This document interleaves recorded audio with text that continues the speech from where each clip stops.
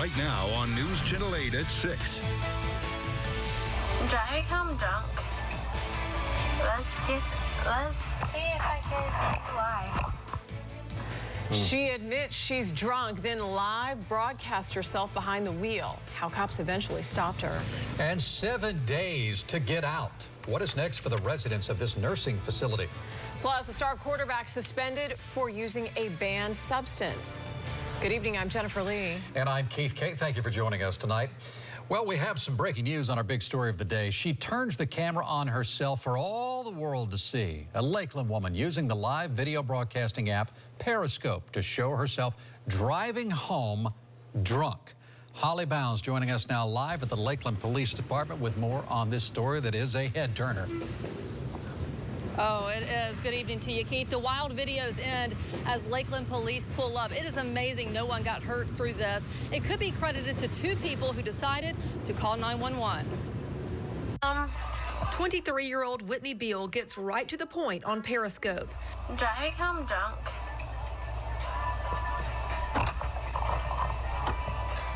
Let's see if I can think why. She first lets her followers virtually join in the wild bar hopping Friday night. Then they watch as she gets behind the wheel after admittedly far too many. I am drunk on South Florida Avenue because I'm a drunk person. She heads the opposite way of her home and gets a few honks when she won't go at green. Driving drunk is not cool. This is all unfolding as dozens of people around the world witness what could turn tragic at any second. Oh my God, I didn't know I'd get this many people. I am super drunk in the USA and their light is red. Thankfully, two of those viewers dialed 911. I just saw a girl on Periscope driving drunk. And not only reported it, It broadcasts this worldwide. but explained the app that could help police track her down. And within minutes, they found her driving, flat front tire. She hit the curb again. They pulled her over, and it was just obvious from that point she was intoxicated. They went through the test. She failed and went to jail. Monday, Beal became camera shy when we gave her the chance to face the world again. She was surprised that people would now learn drunk girl driving Let's see if I can do it all the way home, people, without a ticket. ended exactly how she feared. Now, once police started to download that app and started viewing that live broadcast feed themselves, they recognized landmarks in the background and tracked Beal down in North Lakeland and then arrested her. Unbelievable. This is a story that's going to continue on. We're working on something new for 11 o'clock on this, Holly, but I know you said she didn't like the idea of speaking to the camera today, but did she give you any idea about what she might have been thinking, why she did this? Well, she kind of hung her head down, Keith, and said that this was a big mistake and she is learning a lesson from it all. Well, all right. Holly Bounds reporting live for us tonight on that story, and there is a lot more to this video, this Periscope video that we couldn't show you on TV tonight. So if you want to see the rest of it, you can go to WFLA.com. We have some other breaking news to tell you about right now. Authorities are searching for an inmate who escaped from the transition house of Tarpon Springs. His name is Raul Diaz. He's 27 years old, 5'1". He's been charged with grand theft. Anyone with information about where he might be is urged to call the Florida Department of Corrections. Now to another breaking story. University of Florida Gators quarterback Will Greer is suspended for the rest of the year. He is accused of violating the NCAA's policy on banned drugs. The freshman quarterback led the Gators to victory in their last 5 games. Greer is considering an appeal. USF students tell 8 on Your Side they have a new reason to question guns on campus tonight. Early Sunday, campus police report freshman football player Benjamin Knox shot up his own dormitory with a .45 caliber handgun. USF police still don't understand why. It's already legal for students to secure guns in their cars on campus, but students tell us expanding that right is just not a good idea. I feel like more incidents like this might occur if people are allowed to have guns. Yeah, I think it should be safe if all the students just know their boundaries. Like, there's a rule of, like, no weapons on campus, so I don't think that having guns here would be a better thing to do. Knox remains in jail. USF suspended him from the football team as well. A letter sent to the residents of a nursing home is creating a lot of concern tonight. That letter says they have 7 days to move out. Medicaid funding is being withdrawn from that facility. Jeff Patterson joining us now live from St. Petersburg with a story. And Jeff, this is upsetting to a lot of folks. Yeah, it is. Good evening, Keith. This is the letter from the Agency for Healthcare Administration, or AHCA. Now people here at Bayou Shores Rehabilitation Center are wondering what to do. But I'm not moving. Mary Davis has lived at Bayou Shores for 4 years after an operation left her wheelchair bound. I like it here. I have never had any problems since I've been here. But the Agency for Healthcare Administration has investigated Bayou Shores for serious violations, including one case of a convicted sex offender in a room with a stroke victim. I make visits every week here, so if there was something wrong, I would move them in a heartbeat. Fernando Gutierrez is a Florida-registered professional guardian and looks after 11 patients at the facility. Well, basically, AHCA is shutting down the facility. He's worried the patients will have no place to go. They're on Medicaid, and they're hard to find places that will be willing to take these patients. Gisela Dinez is here every day to care for her husband, who now suffers from memory loss and other health issues because of a stroke. She doesn't want him to leave. He's in bad shape, and he's getting worse. So moving to him would be stressful? Very stressful. AHCA told me today on the phone they are working with DCF to find places for the affected residents to live. Keith? Jeff, what if they can't find a place?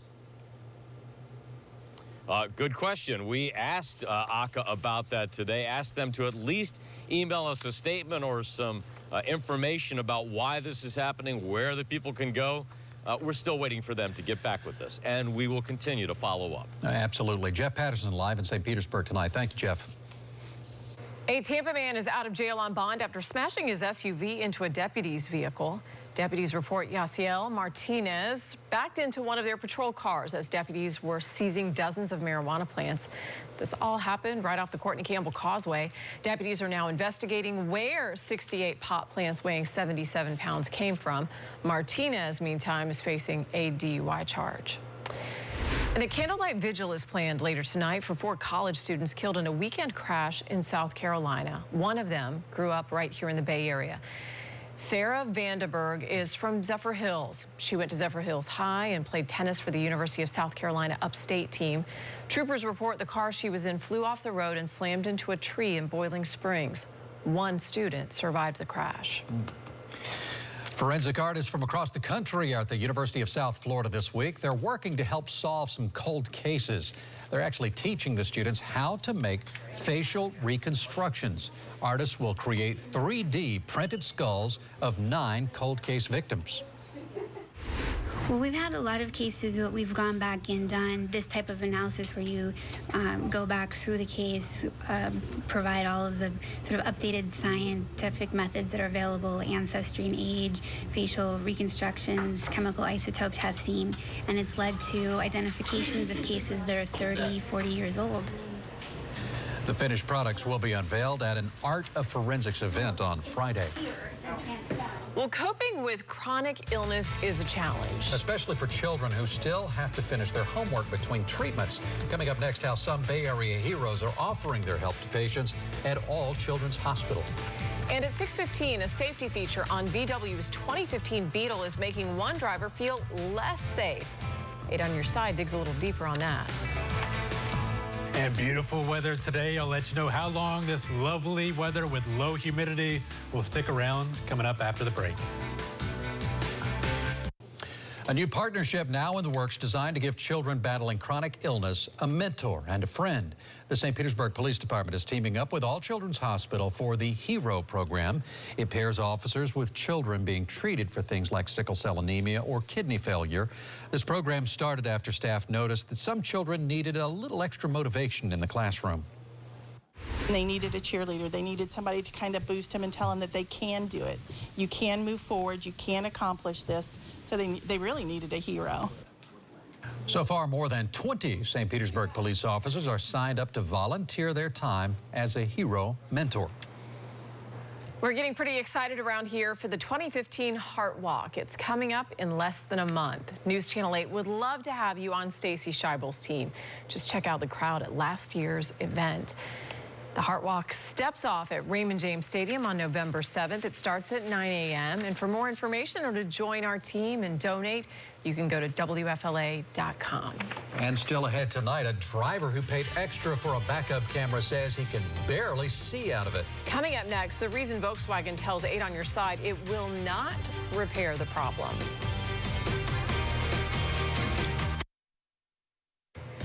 Now to an 8 on Your Side investigation. Dangerous dark cameras. VW customers paid extra for the backup camera safety feature, but they tell us it's just not safe. One driver paid an additional $3,000 for the special package on his 2015 Beetle, including the camera. But he tells 8 on Your Side the camera often just shows darkness. Investigative reporter Shannon Bacon joining us now to explain. These things aren't cheap. I mean, obviously $3,000+ for the system. You want it to work. You do, and this comes down to getting what you pay for. Customers say they can't rely on these backup cameras and that they're dangerous. And our investigation found VW knows about this problem, but it's continuing to sell the cars without fixing it.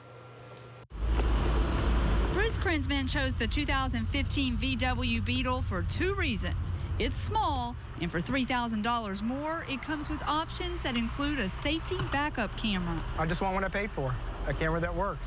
But this is what he sees, darkness, especially in bright sunlight. He can't clearly see people or objects, making the camera, in his eyes, useless. For one split second, you can see crystal clear, beautiful. Then when it gets into position, it gets dark. A VW technician wrote, the camera angle causes the dark color in the screen.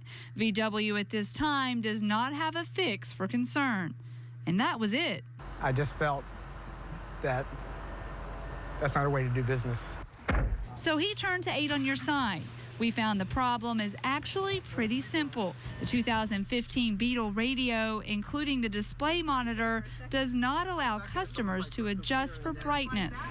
A spokeswoman tells me VW is well aware of the issue and switched to a better radio for its 2016 models. But still, no help for Krinsman. Instead, this curt email. I'm very sorry to hear Mr. Krinsman is so dissatisfied. I would have thought, however, if the rear view camera was his sole reason for purchase, he should have noticed this issue during his test drive and opted not to purchase the vehicle.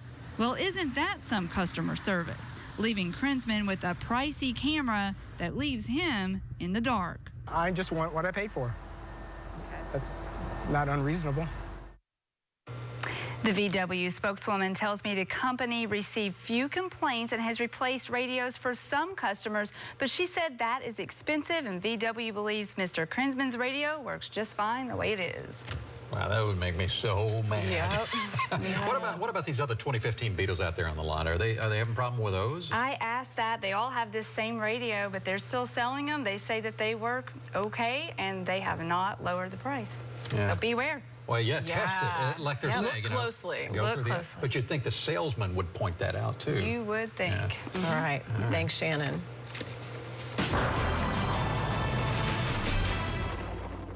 Here's a live view right now from St. Pete Beach. The sun is setting. It'll go beneath the horizon in about 45 minutes, and it's going to be a lovely evening. One of my favorite things about the Bay Area is watching the sunset over the Gulf of Mexico. Such a beautiful thing. Right now, temperature right around 80 degrees. Yesterday, we did have a water spout. Here's a picture. There's the Sunshine Skyway. It was a very southern part of the bridge. Here's what it looked like driving over the bridge, which I'm sure made it that much more lovely to drive over this very tall and sometimes breezy bridge. Is actually seeing a tornado cross over it as well. Now, going back to yesterday morning when all this occurred, the waterspout developed right around 9:45 in the morning, and we had some powerful updrafts that helped to develop this into a waterspout. And then once it moved over the land just a little bit, when a waterspout moves over the land, it officially becomes a tornado. So it was an EF0 tornado with winds around 70 miles per hour as it moved over that little spit of land at the other southern part of the Sunshine Skyway and actually hit a tractor trailer. We have video of that tractor trailer being hit. yesterday. This is actually the kind of end phase of the water spout you saw there. There's a tractor trailer. Here it is being hit, and there is a ton of mail being thrown around in the air because this was a U.S. Postal Service mail truck, and they did get out there in a hurry and clean up the mail. We did try to find out where this mail was from and where it was going, but today being a holiday, Columbus Day, obviously our phone calls haven't quite been returned yet. But fortunately, nobody was injured in this water spout as it did hit the southern part of the Sunshine Skyway. All right, then it moved off to the southeast and rapidly diminished. All right, moving to a different topic, weather-wise, right on time, the weather is changing. In the second or third week of October, we say bye-bye summer, hello fall. In fact, rain-wise, the afternoon storms have been turned off, in case you haven't noticed. And temperatures and humidity, we can say goodbye to the 90s and hello to lower humidity. Satellite and radar picture, it is quiet all across the Bay Area. It's quiet all across the Southeast for that matter. So we're looking at a lot of nice weather this evening, tonight, and into tomorrow. The Futurecast this evening. Nice weather, no weather problems. Temperatures in the 70s, starting off tomorrow in the upper 60s. Tomorrow looks like a nice day, and then a little front will drop into our area as we move into Wednesday and perhaps bring us one little shower. Overnight tonight, clear skies, upper 60s in Tampa, 59 degrees in Citrus County overnight tonight. Tomorrow afternoon, another great day, just like today. Low humidity, lots of sunshine, temperatures in the lower to middle 80s. Hey, I have no complaints about this 7-day. It does get a little warmer on Thursday and Friday, but still no 90s across the board. We have lows in the 60s every day, and our biggest rain chance after one of the wettest summers we've ever had is a 10% chance. So I think we can deal with that, right? Absolutely. I think we'll struggle through. Thank you, Brian. Sure. Well, coming up in sports, it is Bucks Bonus Monday, the Lovey Lowdown. Yeah, Dan Lucas sits down for the exclusive interview with the coach following the Bucks' first win at home in nearly 2 years.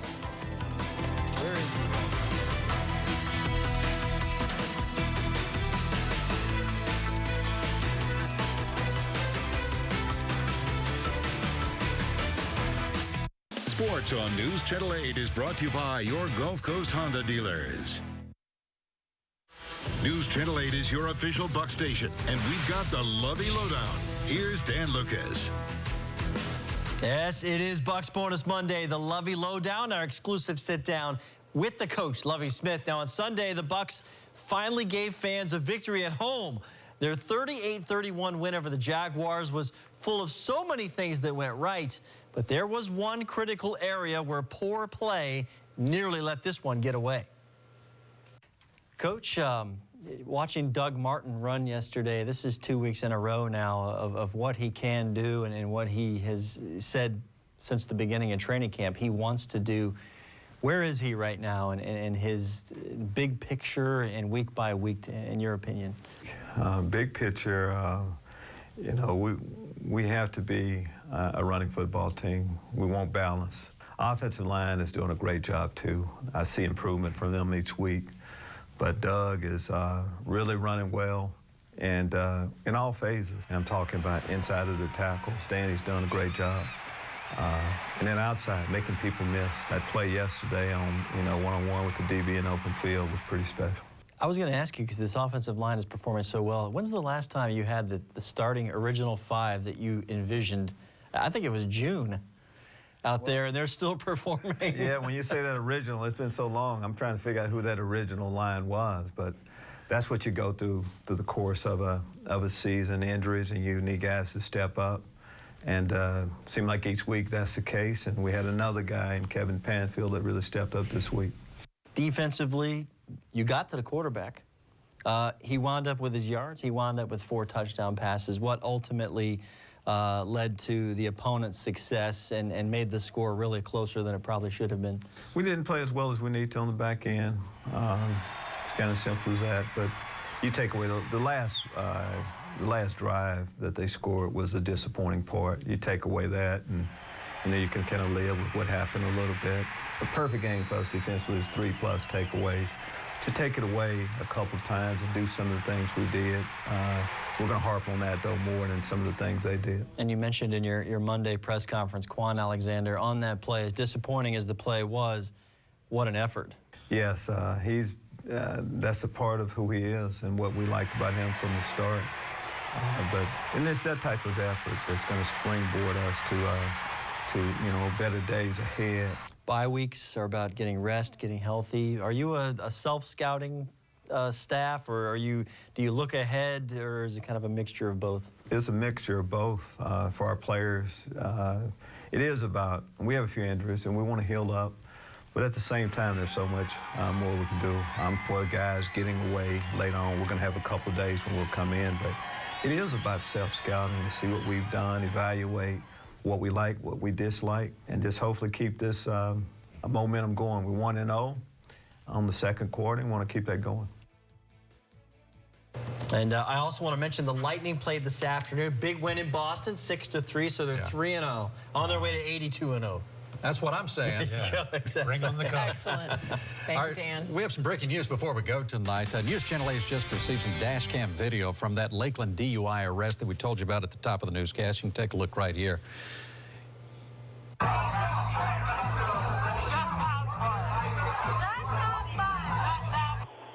Okay, there's the dash cam video. This is the young woman you saw in the video. That was 23-year-old Whitney Beal. She's using the app Periscope, and then police managed to track her down when someone decided to call 911 to report that she was broadcasting herself drunk driving. And then this officer managed to find her, and that is the dash cam video. Coming up tonight at 11 o'clock, Melanie Michael's going to give us a closer look at that video, go into it with some more detail, and actually talk some more about this idea of periscoping. A lot of people don't even know what Periscope is. It is a social media app that allows you to, basically show yourself in real time what you're doing. Yes. It's a live shot on the go. Sometimes at the very wrong time. Yeah. NBC Nightly News is next. Good We're night. back at 11.